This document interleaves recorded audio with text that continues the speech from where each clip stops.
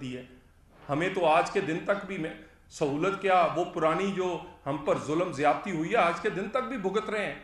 आज के दिन तक भी हमारे कई लोग उन सजाओं, उन पेशियों, और आए दिन आपको फैसले नजर आते हैं। कोई फैसला 6 साल बाद होता है, कोई फैसला 4 साल बाद होता है, और उस पर पेशियां और उसकी जेलें 3-3, 2-2, 4-4 साल काटने के बाद होता है। ये कौन सी सहूलत है?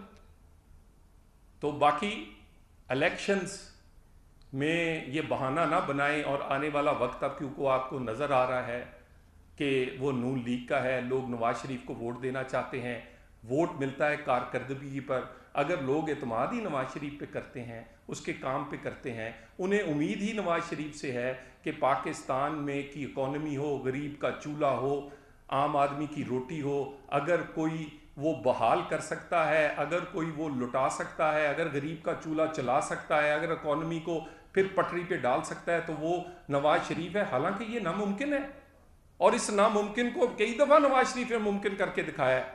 सो हमारे साथ अगर किसी ने मुकाबला करना है, किरदार और कारकर्दगी का करें।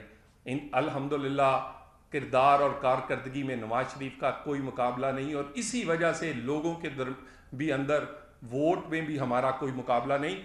अल्लाह खैर करे।